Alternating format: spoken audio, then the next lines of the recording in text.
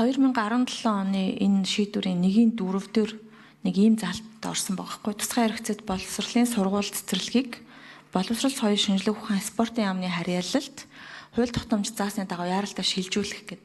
Энээс ургаад нэг 5 санал байгаа. Тэгээ энэ 5 ажлуудаас нэгдэх нь буюу харьяанд шилжүүлээд боловсролын хүрээлэнд шинээр хөгжлөмжлөлтийн хөгжлийн хөгжил боловсрол арга зүйн секторыг байгуулснаа татан буугдаад дараа нь сайдын тушаалаар 23 онд ялгаатай хэрэгцээтэй хүүхдийн судалгаа хөгжил хариуцсан эрдэм шинжилгээний ажилтныг авч ажиллуулж байна гэж байна. Дараа 8 нийслэлийн боловсролын газар бас энэ бүтэц бий болгосон гэж байна. За ингээд хамгийн сүүлд нь энэ 5 зүйл дээр тусгай хэрэгцээд сургууль цэцэрлэл ажиллаж байгаа багш ажилтнууд засгийн газрын одоо 2012 оны 185 дугаар тогтоолын 4-р хавсралтаар үндсэн цалингийн 10-30% нэмэгдлийг сар бүр олгож хэвшсэн гэж байна. Тэгээд 20 онд нь дахиад ердийн хэв шинжтэй цэцэрлэг сургуулийн хөгжлөмжлөлтийн хүүхдэд ажиллаж байгаа багшид бас урамшуулал нэмэгдэхээр ийм одоо биелэлттэй гэж үзсэн байна л да. Одоо гэтэл өнөөдөр яг одоо боловсролын яамн дээр энэ тэгш хамруулах за хөгжлөмжлөлттэй хүүхдийн боловсролын асуудал эрхэлсэн энэ бүтэц чинь яг нөгөө нэг талдаа гараагүй ингээ хөдөлгөөнтэй ингээ болчиход байгаа байхгүй юу? Яг эцсийн шийдвэр нь яахаар болсон бэ гэдэг дээр маргаантай асуудал үүсэж байгааг. Тэгэхээр энэ дээр би нөгөө яамнаас хүмүүс ирсэн байвал тодруулах бас авмаар байна. Тэгж байгаа дараа нь саналаа хэлэх бодолтой байна. Төгс 2 салбарын хяналтын төлөвлөгөө дотоод аваа зэтийн газрын дарга. За олон улсын хөтөлбөртэй сургууль гэсэн байгаа. За Монгол тэмүүлэл бол байр нь бол баригдаад шинэ байранд орсон байгаа. Шинэ их сургуулийг бол сонгон хайрхан дүүрэгт барихаар төсвөтөр мөнгө нь ороод ингээ явж байгаа. За дараагийнх нь тусгай хэрэгцээд боловсролын сургууль цэцэрлэг гэдэг тусгай хэрэгцээтэй холбогдуулж бас асуулт асуусан байна. За энэ дээр манайх бол яаман дээр болон боловсролын ерөнхий газар бол тусгай тэгш хамрах хилцс байгуулагдаад ажиллаж байгаа. Мөн хуулиуд дээр бол бас асуудлуудаа ингээд тусгаад ингээд явж байгаа. Ингээд төвчөн хариулъя. За саранчлан гишүүний асуулт хариулт. Микрофон 9. Ямар асуулт байсан? Уучлаарай. Болчихж байгаа. Хариулт өгчөж байгаа юм. Саранчлан гишүүнд нэмж тодруулж асуух уу? За, саранчлан гишүүн.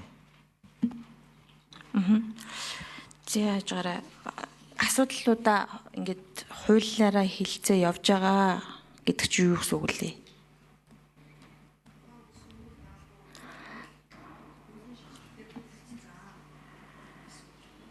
За тэгэхээр нөгөө одоо хүүхдүүд нөгөө тэгш амран сургах энэ хуулиар олгогдсон эрх одоо сурах эрх нь зөрчигдөж байна гэдэг энэ асуудал гарна. Яагаад тэгэхээр хөгжлөмжлөлттэй хүүхдүүд нэг хаягн дээр бүртгүүлдэг. Тэгээд тэр бүртгүүлсэн хаягаа нөгөө систем дээрээ солих боломжгүй нэг ийм нөхцөл үүсчихэд байгаа. Нэгдүгээрт, хоёрдугаарт гэвэл бүх хүүхдүүдийг сурах боломжтой гэсэн мөртлөө тухайн нөгөө бүртгэлтэй хаяг дээр байгаа одоо баг дунд сургууль руу хүүхдүүд сурах гээд очихоор тэнд нь нөгөө хүүхдийг хүлээж авах орчны болон багшийн заах арга зүйн бэлтгэл хангагдаагүй болмоос энэ хүүхдийг манай сургууль авах боломжгүй байна гэдэг ийм хариу өгдөг. За тэгэхээр нөгөө эцэг эгч яаж байгаа вэ гэхээр боломжтой тойрогтой боломжтой газар руу явж очиод хүүхдээ сургая гэхээр хамран сургах тойрогийн харьяалал биш вэ эсвэл бүртгэлгүй байна гэдэг асуудал гарч ирж байгаа байхгүй юу? Нөгөө талд за тэгвэл хүүхэд авах боломжгүй юм байна. Одоо бэрхшээлийн хүнд өнгнөөс хамаарат бас асуудалтай байгаа тохиолдолд дэмжих төв гэдэг шийдлүүдийг энэс хойш ярьсан байгаа. За тэнгууд дэмжих төв дээр одоо нэмэлтээр сургууль мэрэгжлийнхэн хөдөлгөөн засалч байдаг юм уу ингээ ажиллаад хүүхдүүдийг сургах гэхээр дэмжих төвийн зардал дээр асуудал үүсэж байгаа. Тэгэхээр сургууль тэгш хамруулан сурахтай холбоотой зардлыг сургууль цэцэрлэг бол улсынх нь аваад бид нар энэ харьяалалд байгаа бүртгэлд энэ хүүхдүүдийг сургая гэж авчхаад сургаж чадахгүй байгаа бол тэр зардлыг нөгөө ойр хавьд байгаа дэмжих төв рүү хөрвүүлж өгчих нэг ийм асуудлыг л өмнөх сайд нар одоо яамдууд ярьж исэн байл л дээ тушаал одоо энэ асуудлаар. Гэтэл Тэр нь одоо ингээд зогсон байдалд орцсон байгаа байхгүй. Энийгээр маш олон эцэг эхчүүд бол асуудлаа яриад яг үнэндээ энэ дээр байгаа хачин чинь биелэгдэхгүй байх шүү дээ. Энийг нэг тийш болгоод өгөөч гэдэг ийм гомдол саналууд надад ирсэн юм аа. Тийм учраас би энэ 27 онд ярьсан засгийн газрын хүүхдүүд бол сурж байгаа штэ болж байгаа гэдэг энэ биелэлтийг бол дутуу байна. Процессын хувьд алдаатай юм болсоор байгаа шүү гэдэг нэг асуудал. Хоёрдугаарт энэ асуудлаарх тэр бодлого хэрэгжилтийг хариуцдаг тэр боловсролын ерхий газар дээрх нэгж яам дээрх хилтэс энтрийг чи асуудлууд ямар төвшөнд байгаа юм бэ? Энийгээ тэгээд цааш нь яах вэ гэдгийг тодруулж асуугаад байгаамаа. Тэгэхээр энэ дээр надад тодорхой хариултууд өгнө үү? За микрофон юус.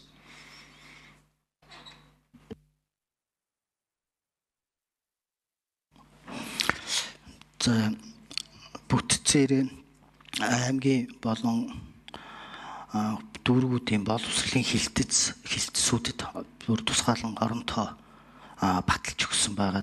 Тэгээ хүүхдийн хөгжил хамгаалалт их шамран сурах боловсрол хариуцсан арга зүйч нар бас ингээд албан тушааланд баталж өгөөд ингээд хэрэгжүүлж ажиллаж байгаа. За Саранчлан хариулт хангалттай юу? Тодруулж асуух 1 минут байна. За яг үгүй надад хариулахгүй юм байна шүү дээ ерөөсөө. Би асуугааг байхгүй энэ чи ингээд хүүхдүүдээ сургуульд очих хүүхдээ хаана аваачиж сурах вэ гэд хүмүүс асуугаад байна шүү дээ. Тэгээд орон нутагт бол бүр хэцүү байна. За Улаанбаатар хотод ирээд сурах гэхлээр сургууль цэцэрлэг тэр мөнгөөг шилжүүлэхтэй холбоотой нэг удаагийн тушаал сайдын захирамж энэ гарсан байгаа шүү дээ. Тэрний чинь залгамж холбоо болохгүй байгаа байхгүй юу? 2017 онд эхэлсэн энэ ажил чинь одоо өнөөдөр 2025 он гэдэг чинь ингээд дундаа ингээд тасалтаад байгаа байхгүй одоо нөгөө яаж тайлбарлал ойлгох юм те процессын хувьд таслаад байна штэ. Тэгэхээр энийг ингээд биелсэн болцсон гэж үзэх нь одоо зөв юм уу гэдэг асуудал. Дээрээс нь танаа яам энэ дэр аль талдаа гарч байгаа юм бэ? Тэр хүүхдүүдийн хаягийг яаж байгаа, тэгш хамруулахыг яаж байгаа. Мэргэжилтэн бэлдсэн гэдэг чинь хүүхдүүд сурж байгаа гэсэн үг биш үсттэй.